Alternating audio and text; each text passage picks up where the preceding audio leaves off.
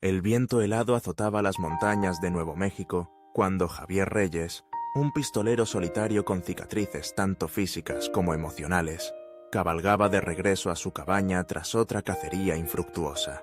Las tormentas de nieve de diciembre habían llegado con una ferocidad inusual ese año de 1887, convirtiendo las rutas comerciales en trampas mortales y empujando a los animales a esconderse en las profundidades del bosque, lejos del alcance de su rifle Winchester, que tantas veces le había salvado la vida en duelos que prefería olvidar.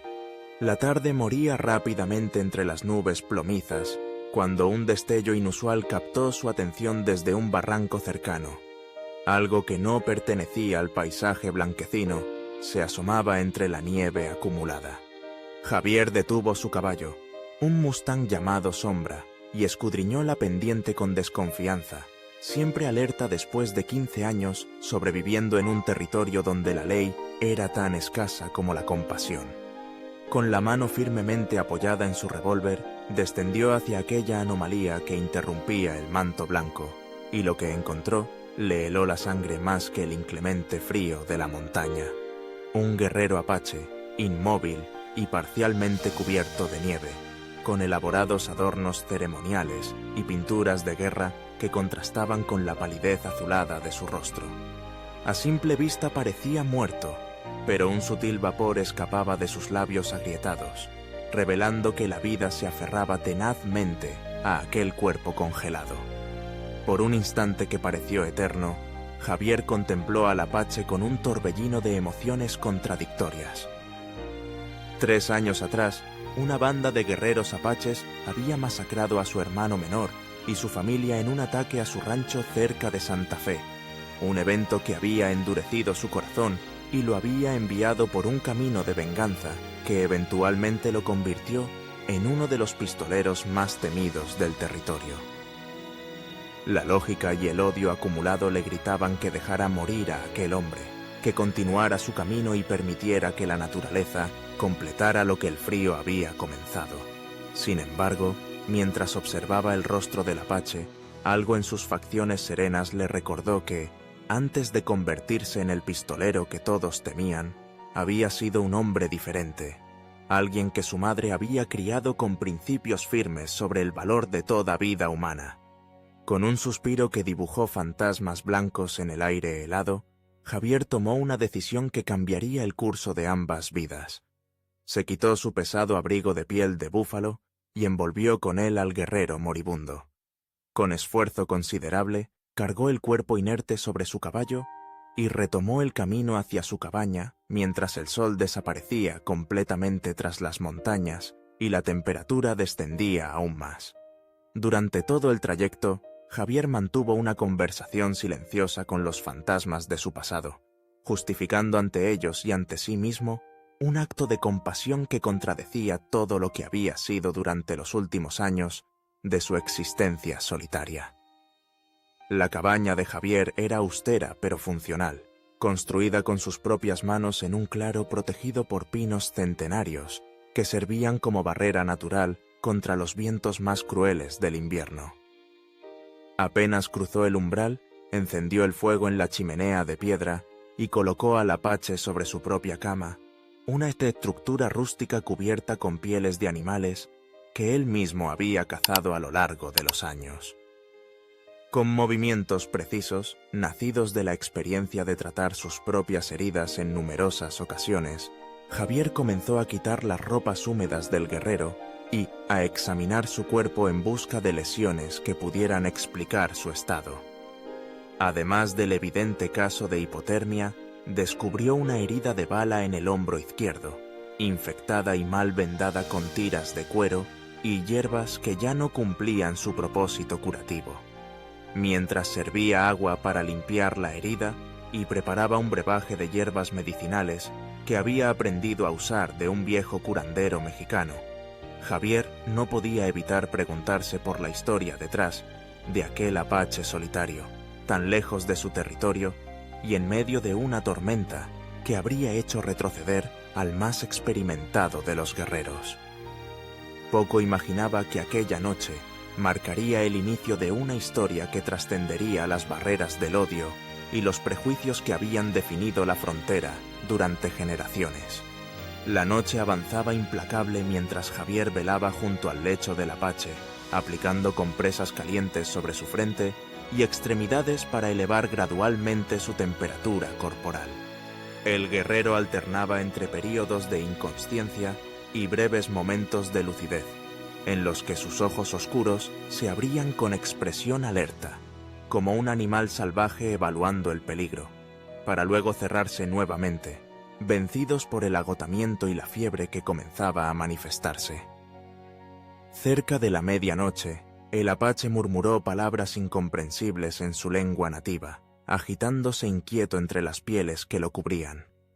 Javier, quien había aprendido fragmentos del idioma apache durante sus años como explorador para el ejército, reconoció palabras sueltas relacionadas con traición y hermano blanco, lo que despertó su curiosidad sobre las circunstancias que habían llevado a aquel hombre a su precaria situación.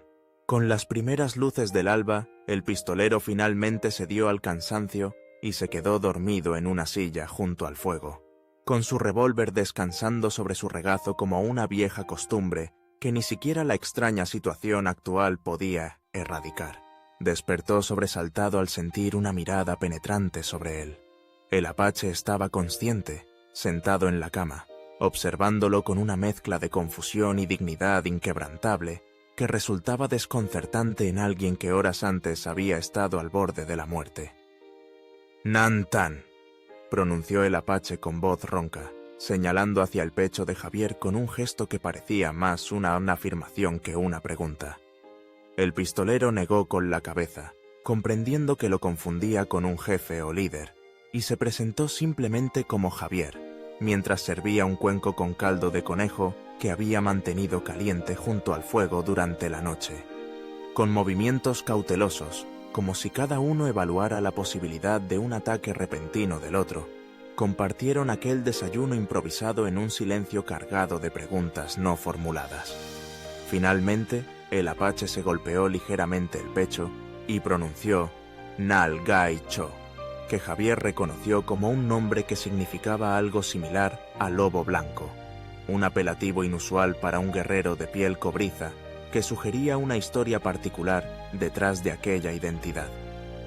La comunicación entre ambos era limitada, pero suficiente para que Javier comprendiera los aspectos básicos de lo que había ocurrido.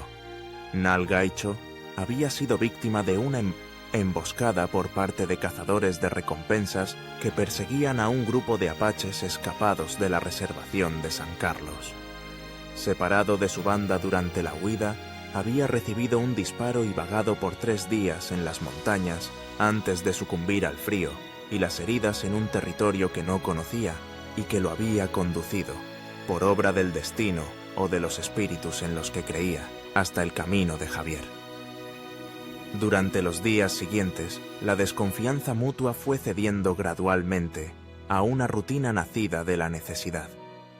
Javier cambiaba los vendajes y administraba infusiones para combatir la infección, mientras Nal Gai Cho, aún débil para emprender el regreso a su territorio, observaba con atención cada movimiento del pistolero, aprendiendo sobre sus hábitos y evaluando silenciosamente qué tipo de hombre era aquel que había salvado su vida. Una tarde, mientras Javier limpiaba su colección de armas, sentado junto a la ventana que daba hacia el valle nevado, Not Electrochemuno, Teto notó que el Apache examinaba con particular interés una vieja fotografía enmarcada que descansaba sobre la repisa de la chimenea.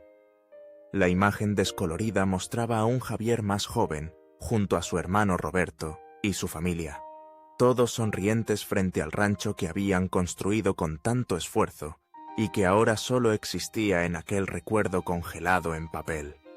Sin palabras, pero con una mirada que contenía toda la historia de su dolor, Javier relató mediante gestos el ataque que había acabado con su familia, señalando primero la fotografía y luego haciendo un gesto de corte en su garganta, para finalizar apuntando vagamente hacia las tierras apaches al sur. Para su sorpresa, en lugar de la reacción defensiva que esperaba, vio cómo el rostro de Nal Gaicho se transformaba con una expresión de reconocimiento, seguida por un gesto solemne, donde se golpeó el pecho y pronunció palabras que, aunque incomprensibles en su mayoría, transmitían claramente un mensaje. Él también conocía el sabor amargo de la pérdida y la traición.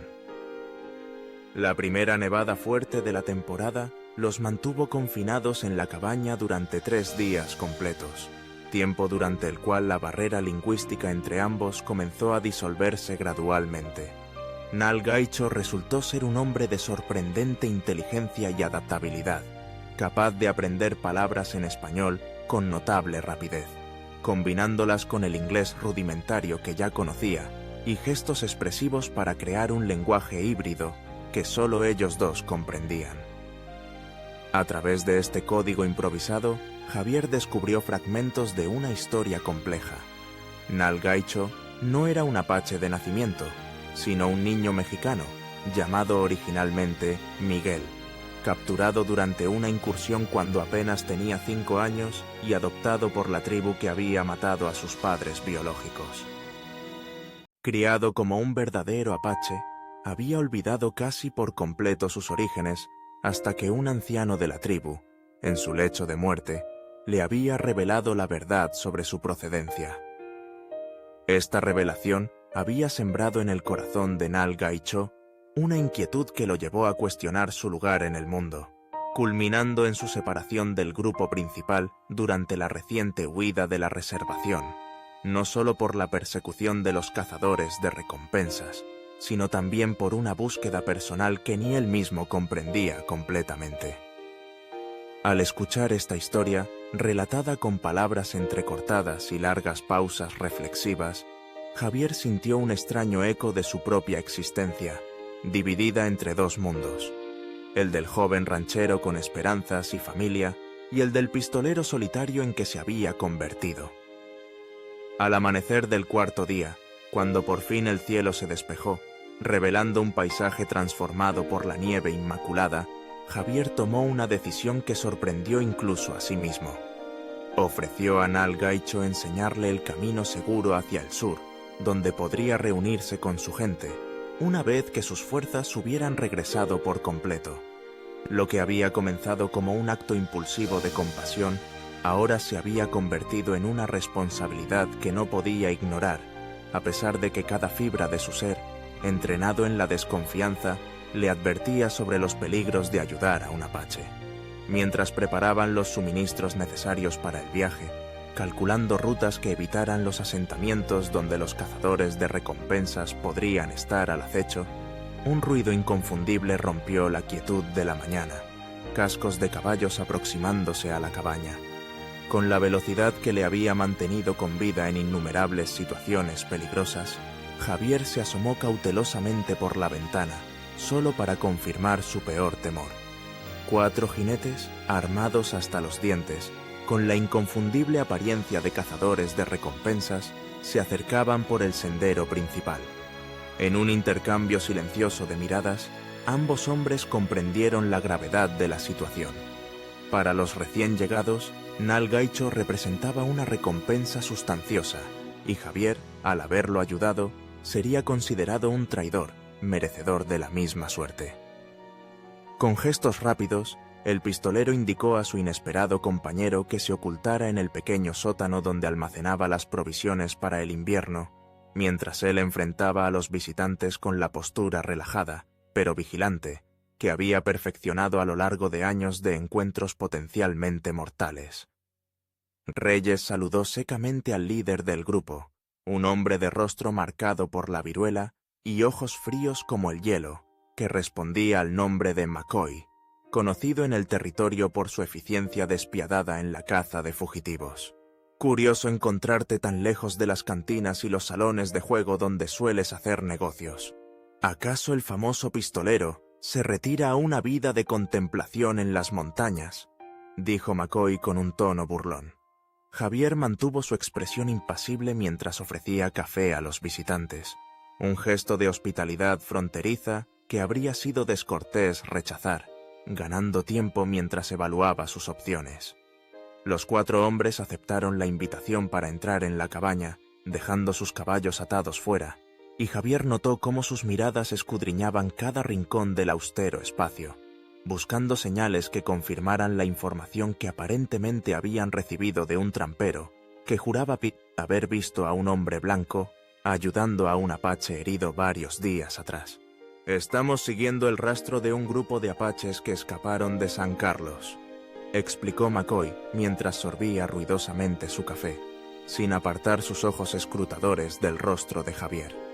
«Uno de ellos, un guerrero que llaman Lobo Blanco, vale más que todos los demás juntos. Dicen que tiene información sobre yacimientos de plata en territorio apache que el ejército pagaría generosamente por obtener. No habrás visto nada inusual últimamente, ¿verdad, Reyes?» La tensión en la pequeña cabaña podía cortarse con un cuchillo mientras Javier negaba cualquier encuentro con apaches en la zona, atribuyendo su presencia en las montañas a la simple necesidad de alejarse del bullicio de los asentamientos después de su último trabajo como cazador de recompensas en Tucson. Su explicación sonaba plausible, pero McCoy no parecía completamente convencido, insistiendo en que sus hombres revisaran los alrededores de la cabaña antes de continuar su camino. Con aparente indiferencia que ocultaba su creciente preocupación, Javier observó cómo los cazadores de recompensas registraban meticulosamente cada rincón exterior de la propiedad, buscando huellas o cualquier indicio que pudiera confirmar sus sospechas. El pistolero calculaba mentalmente sus posibilidades si la situación degeneraba en un enfrentamiento. 4 contra 1 eran malas probabilidades, incluso para alguien con su reputación, especialmente cuando uno de los hombres, un corpulento exsoldado llamado Barnes, era conocido por su habilidad con el rifle. El momento crítico llegó cuando uno de los hombres de McCoy descubrió restos de plantas medicinales indígenas cerca del barril donde Javier había desechado los vendajes usados, un descuido que ahora podría costarles la vida a ambos. Antes de que el cazador pudiera alertar a sus compañeros, un ruido estruendoso proveniente del bosque cercano captó la atención de todos. Una manada de ciervos huía despavorida, como si algo o alguien los hubiera espantado intencionalmente, proporcionando la distracción perfecta que permitió a Javier desviar la conversación y apresurar la partida de los visitantes con la excusa de que perderían el rastro fresco si se demoraban más. Después de que McCoy y sus hombres finalmente partieran, no sin antes advertir que volverían si sus pistas los conducían nuevamente a esta zona, Javier liberó a Nal Gaicho de su escondite en el sótano. Para su sorpresa, el apache ya había trazado un plan. Había sido él quien espantó a los ciervos desde el sótano, utilizando un pequeño túnel de ventilación que Javier había construido para evitar la acumulación de humedad en sus provisiones almacenadas.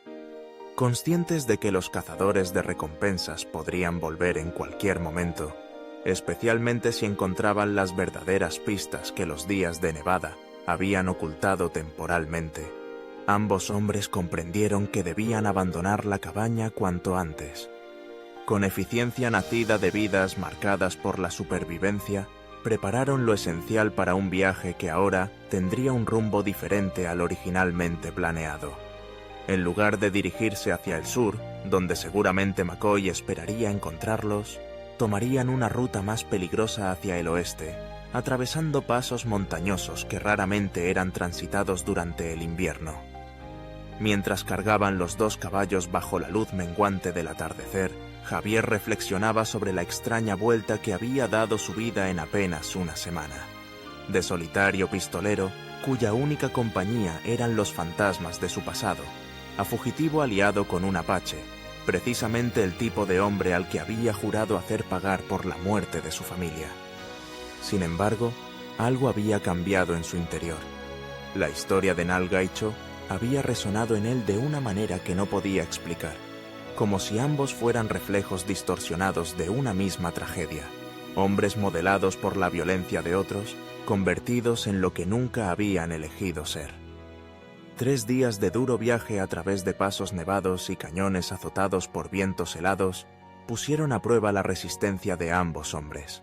La herida de Naal Gaicho, aunque en proceso de curación, todavía limitaba sus movimientos, mientras que Javier luchaba contra un resfriado que amenazaba con empeorar en las inclementes condiciones climáticas.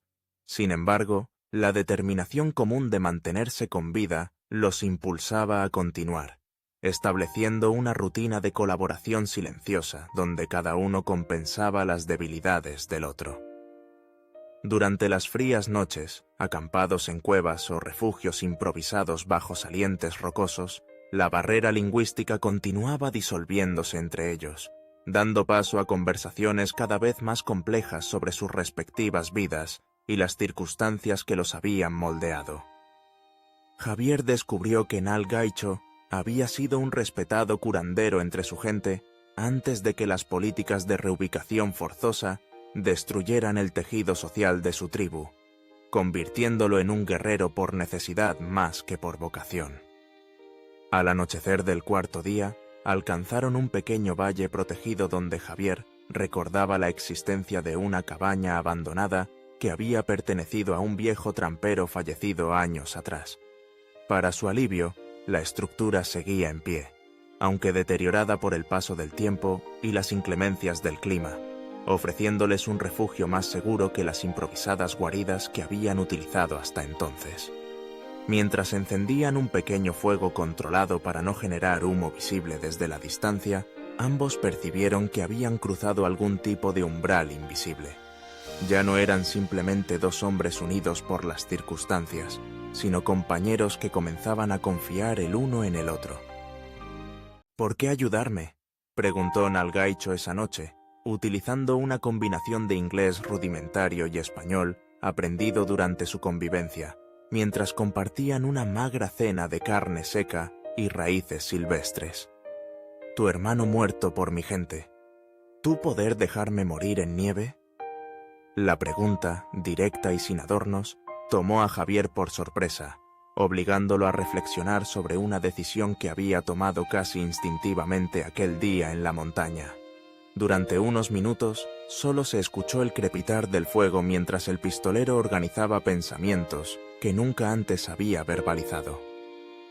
Mi madre siempre decía que un hombre se define por lo que hace cuando nadie lo está mirando, respondió finalmente con voz grave y pausada. Quizás quería recordar quién era yo antes de todo esto, antes de convertirme en el hombre que la gente teme encontrar. Aquella respuesta, honesta en su sencillez, pareció satisfacer a Naal Gaicho, quien asintió lentamente antes de compartir su propia revelación. El grupo de guerreros apaches que había atacado el rancho de la familia de Javier 3 años atrás no pertenecía a su banda, sino a una facción rebelde liderada por un guerrero llamado Cuchillo Negro, conocido por su odio irracional hacia todos los blancos y rechazado incluso por muchos de su propia gente debido a su crueldad extrema. Esta información golpeó a Javier como una revelación que desestabilizaba los cimientos de su odio generalizado, sembrando la semilla de una comprensión más matizada del mundo que había simplificado durante años en una división binaria entre ellos y nosotros. Durante 2 semanas permanecieron en la cabaña abandonada, recuperando fuerzas y planificando cuidadosamente sus próximos movimientos. La noticia de que una patrulla del ejército había sido vista en las cercanías, aparentemente colaborando con los cazadores de recompensas de McCoy, llegó a través de un comerciante ambulante mexicano que se había refugiado con ellos durante una tormenta particularmente violenta, sin reconocer a Naal Gaicho gracias a la ropa de estilo occidental que ahora utilizaba y a la historia fabricada por Javier sobre un primo medio indio que lo acompañaba en sus cacerías. El comerciante, agradecido por la hospitalidad recibida en medio del temporal, compartió no solo información valiosa sobre los movimientos de sus perseguidores, sino también rumores inquietantes sobre las verdaderas razones detrás del interés en capturar a Naal Gaicho.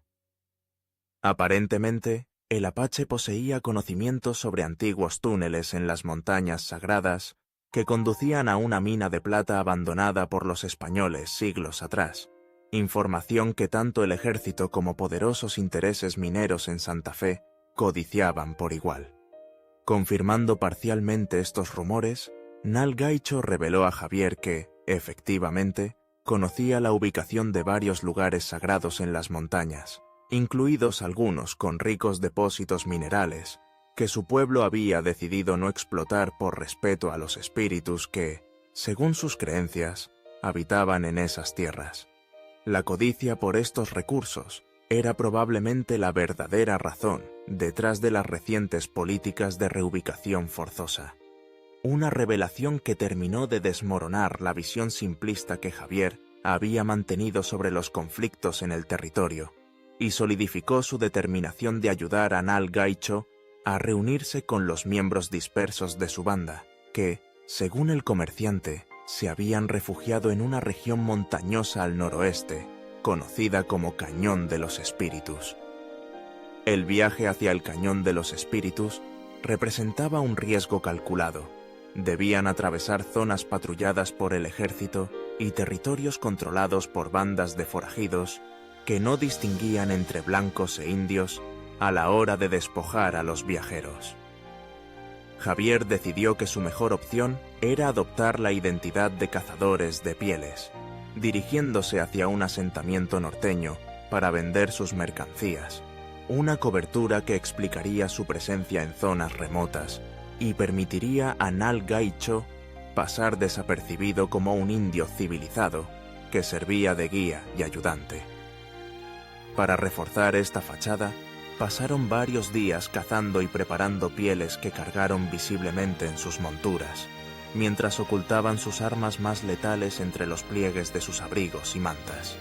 Nal Gaicho, demostrando una adaptabilidad sorprendente, se cortó el largo cabello negro, siguiendo el estilo occidental, y practicó diligentemente las costumbres y modales que Javier le enseñaba, transformándose gradualmente en Miguel, el nombre de su infancia olvidada, que ahora resurgía como un salvoconducto en un mundo dominado por los blancos. La primera prueba de su estratagema llegó al cruzar un pequeño asentamiento de mineros, donde debían abastecerse de suministros que no podían obtener mediante la caza o la recolección. Con Javier haciendo la mayor parte del trato, y Nal Gaicho, Miguel, manteniéndose discretamente en segundo plano, lograron completar sus compras sin despertar sospechas, aunque la tensión entre ambos solo se disipó cuando dejaron atrás las últimas cabañas del poblado y regresaron a la relativa seguridad de los bosques. «Extraño sentir mi cara», comentó Nal Gaicho con una media sonrisa, refiriéndose a la pintura facial ceremonial que había sido parte integral de su identidad durante décadas y que ahora debía abandonar para sobrevivir. A medida que avanzaban hacia el noroeste, la vegetación cambiaba gradualmente. Los pinos y abetos daban paso a formaciones rocosas más áridas y vegetación dispersa, típica de mayores altitudes. El terreno se volvía cada vez más traicionero, con senderos estrechos que bordeaban precipicios y cañones profundos, donde un paso en falso podría resultar fatal. Para Javier, acostumbrado a territorios más benignos, este paisaje representaba un desafío constante, pero para Nal Gaicho era un retorno a paisajes familiares que despertaban en él recuerdos y conocimientos transmitidos por generaciones. Una tarde, mientras descansaban junto a un pequeño arroyo cristalino para permitir que los caballos bebieran, Nal Gaicho reunió ciertas hierbas y raíces que crecían entre las rocas y preparó un brebaje amargo que insistió en que Javier bebiera. «Para frío en pecho», explicó, señalando la tos cada vez más profunda que atormentaba al pistolero desde hacía días. Aunque reacio al principio, Javier acabó aceptando el remedio, sorprendiéndose al sentir un alivio casi inmediato en sus pulmones congestionados, una pequeña demostración de los conocimientos medicinales que habían hecho de Nal Gaicho un miembro valorado en su comunidad. El momento de complicidad fue interrumpido bruscamente por el sonido inconfundible de un rifle al ser amartillado, seguido por una voz áspera que ordenaba en apache que se mantuvieran inmóviles. 5 guerreros surgieron de entre las rocas como si hubieran sido parte del paisaje. Sus rostros, pintados con diseños ceremoniales que Nalgaicho reconoció inmediatamente como propios de su banda, mantenían sus armas firmemente apuntadas hacia ambos viajeros, especialmente hacia Javier, a quien consideraban claramente una amenaza a eliminar. Lo que podría haber sido un final trágico para Javier se transformó en un tenso pero pacífico intercambio gracias a la intervención inmediata de Nalgaicho, quien se dirigió a los guerreros en su lengua con una autoridad que revelaba su posición de respeto dentro de la tribu. Durante casi una hora, Javier permaneció inmóvil, consciente de que cualquier movimiento brusco podría ser interpretado como una amenaza y desencadenar una reacción violenta, mientras escuchaba sin comprender un intenso debate donde el nombre de Cuchillo Negro surgía repetidamente, casi siempre acompañado de gestos de desprecio. Finalmente, la tensión pareció disiparse cuando uno de los guerreros, un anciano con profundas arrugas que denotaban sabiduría y experiencia, se acercó a Javier y lo examinó detenidamente, como evaluando su alma más que su apariencia. Nalgaicho dice que salvaste su vida, pronunció en un español sorprendentemente fluido, y que renunciaste a tu hogar por protegerlo. Dice que ves con ojos nuevos, no nublados por odio como antes. ¿Es verdad esto, pistolero? La respuesta de Javier, sincera en su simplicidad, selló su destino. No sé si veo con ojos nuevos o si finalmente he limpiado la venda que los cubría. Solo sé que encontré a un hombre muriendo en la nieve, y no pude dejarlo allí. Igual que ahora no puedo negar que todos sangramos del mismo color, seamos blancos o apaches. El campamento de los apaches estaba sabiamente oculto en un recodo del Cañón de los Espíritus, protegido por formaciones rocosas naturales que lo hacían prácticamente invisible desde cualquier sendero y le proporcionaban una defensa natural contra los vientos invernales. Unas 20 familias habían establecido allí un refugio temporal, viviendo en tipis tradicionales dispuestos en círculo alrededor de un fuego comunal, donde los ancianos se reunían para tomar decisiones que afectaban a todo el grupo. La llegada de Nalgaicho fue recibida con una mezcla de alegría y recelo, este último dirigido exclusivamente hacia el hombre blanco que lo acompañaba.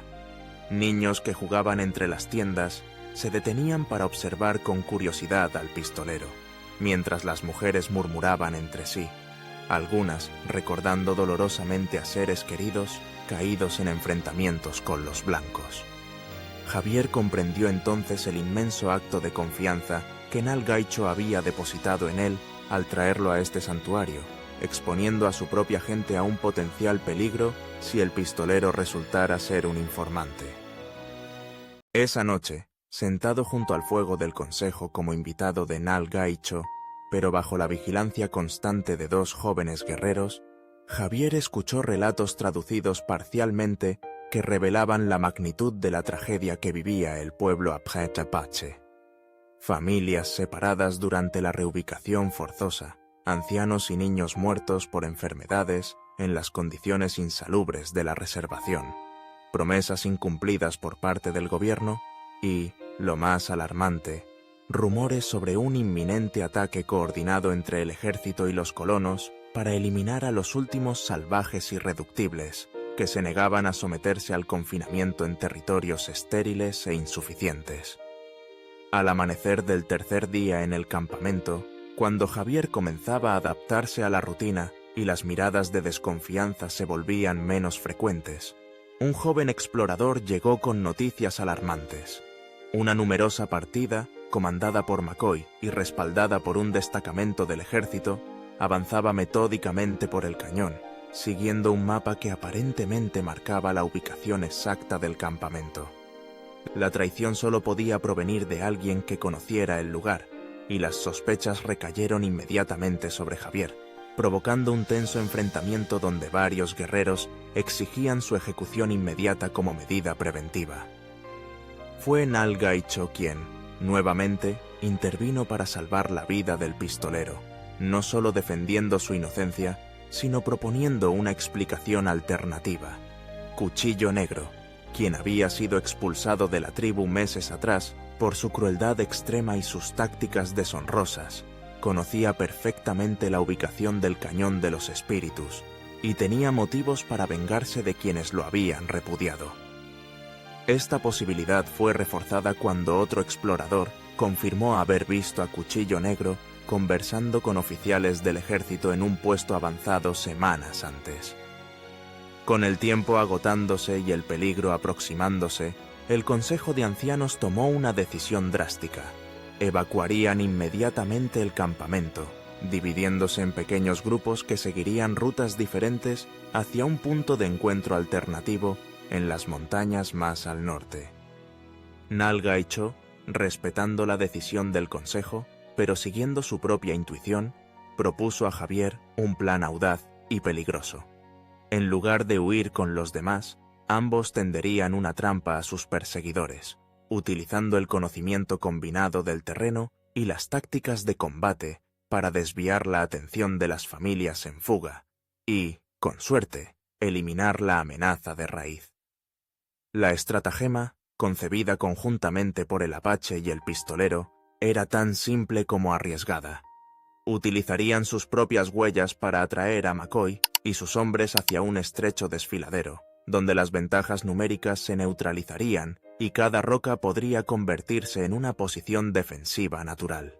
Nal Gaicho conocía cada centímetro de aquel territorio, que consideraba sagrado, incluyendo cuevas ocultas y pasajes que permitirían movimientos invisibles para quienes no estuvieran familiarizados con la compleja geografía del cañón. Mientras preparaban cuidadosamente cada detalle de su plan, colocando cebos y estableciendo vías de escape alternativas, la complicidad entre ambos hombres alcanzó un nuevo nivel de entendimiento mutuo. «Si muero hoy», comentó Nal Gaicho con solemnidad, mientras pintaba su rostro con los colores ceremoniales de guerra por primera vez desde que Javier lo había encontrado en la nieve.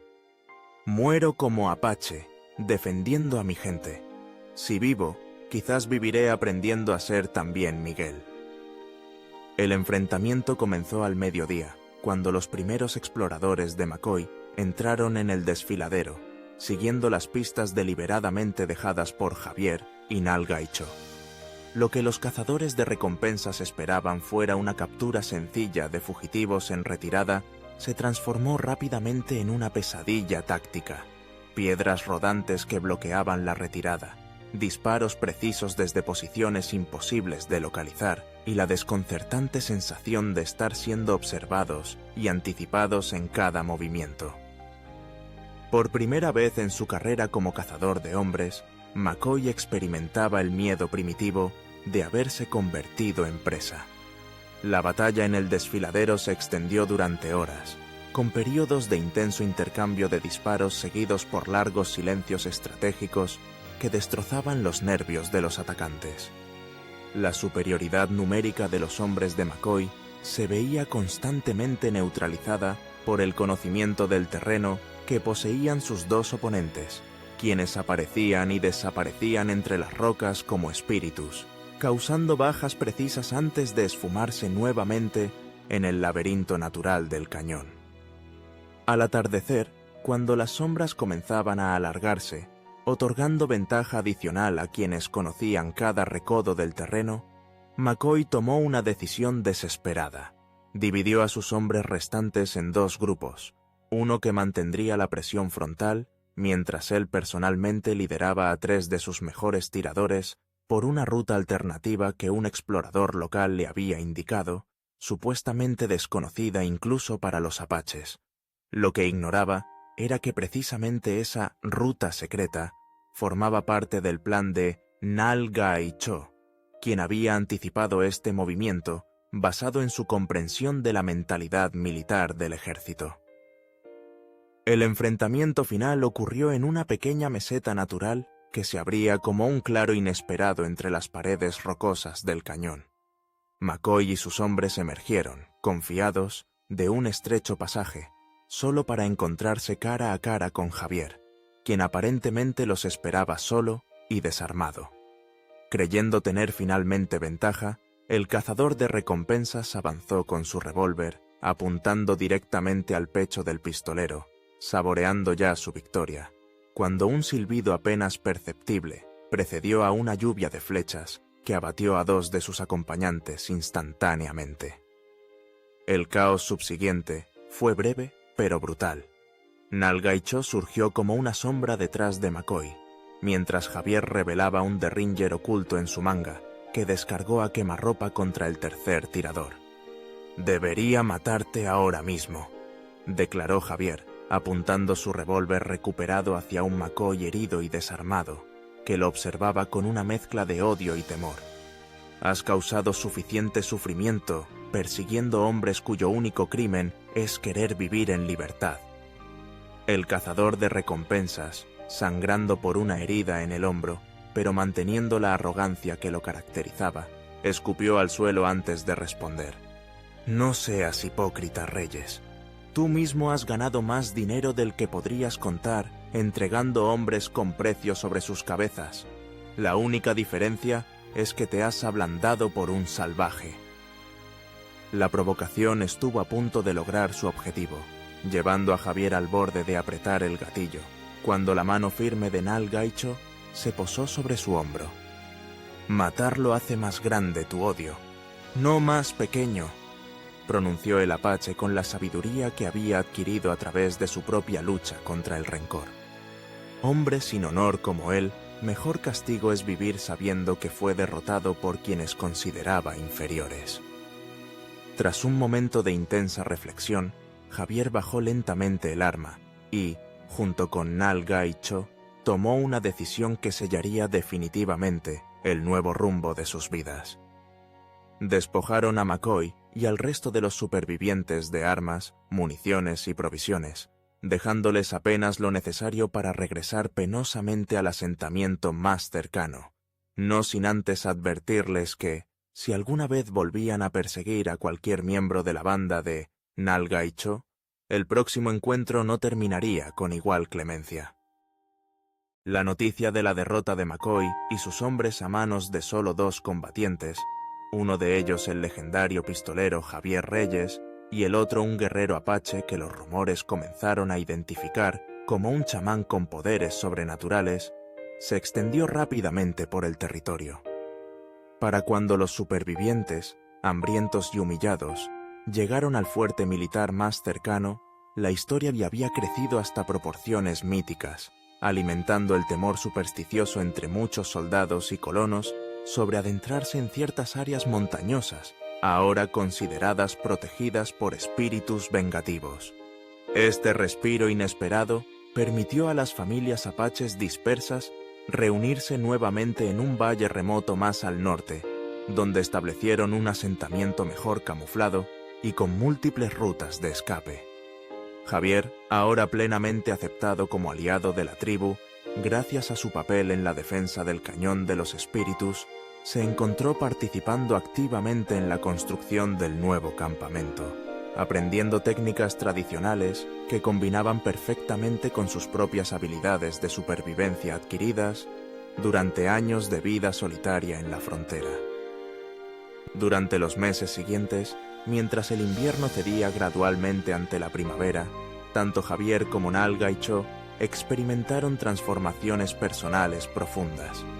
El pistolero redescubría facetas de su humanidad que creía perdidas para siempre bajo el peso de la venganza y la violencia, mientras que el apache reconciliaba las 2 mitades de su identidad dividida, integrando elementos de su origen mexicano olvidado con las tradiciones y creencias que habían dado sentido y propósito a su existencia durante décadas. Entre ambos surgió una hermandad que trascendía las barreras culturales, un vínculo forjado inicialmente por la necesidad de supervivencia, pero sostenido ahora por un respeto mutuo e inquebrantable y la comprensión compartida de lo que significaba vivir entre 2 mundos. La primavera trajo no solo el renacimiento de la naturaleza, sino también noticias esperanzadoras, cambios en la política gubernamental hacia las tribus nativas, impulsados parcialmente por denuncias de abusos y corrupción en las reservaciones que habían llegado a oídos de reformadores en Washington. Un nuevo agente indio, aparentemente más comprometido con el trato justo que sus predecesores, había sido asignado a la región y buscaba establecer contacto con los grupos que permanecían fuera de las reservaciones para negociar términos más razonables de coexistencia. Tras intensos debates en el Consejo Tribal, donde Javier, sorprendentemente, fue invitado a participar como voz consultiva debido a su conocimiento del mundo de los blancos, se decidió que Nal Gaicho, acompañado por 2 ancianos respetados y el propio Javier como mediador y teleintérprete, establecería un diálogo preliminar con este nuevo representante del gobierno. El encuentro, celebrado en terreno neutral bajo banderas blancas, reveló posibilidades que semanas antes habrían parecido utópicas. La asignación de tierras tradicionales de caza como territorio Apche reconocido oficialmente, el derecho a mantener sus costumbres y formas de vida sin interferencia directa, y la promesa de investigar las acusaciones contra funcionarios corruptos que habían desviado suministros destinados a las reservaciones. Si bien la desconfianza acumulada durante décadas de promesas incumplidas no podía disiparse en un solo encuentro, las semillas de una coexistencia pacífica comenzaban a germinar. Javier, quien jamás habría imaginado encontrarse en el papel de pacificador tras años viviendo por y para la violencia, descubrió en esta nueva función un propósito redentor. Mientras tanto, Nal Gaicho demostraba una sabiduría política sorprendente, combinando firmeza en los principios fundamentales con flexibilidad pragmática en asuntos negociables, cualidades que lo confirmaban como un líder natural cuya influencia trascendía las divisiones internas de su pueblo.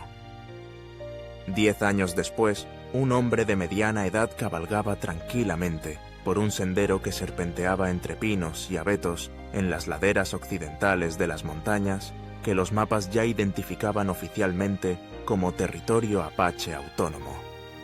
Javier Reyes, con algunas canas salpicando su antes negro cabello y líneas de experiencia marcando su rostro curtido por el sol, regresaba de Santa Fe, donde había representado los intereses de la comunidad en negociaciones comerciales con mercaderes locales, una responsabilidad que ahora compartía regularmente con otros miembros del Consejo Intercultural que gobernaba aquel territorio único.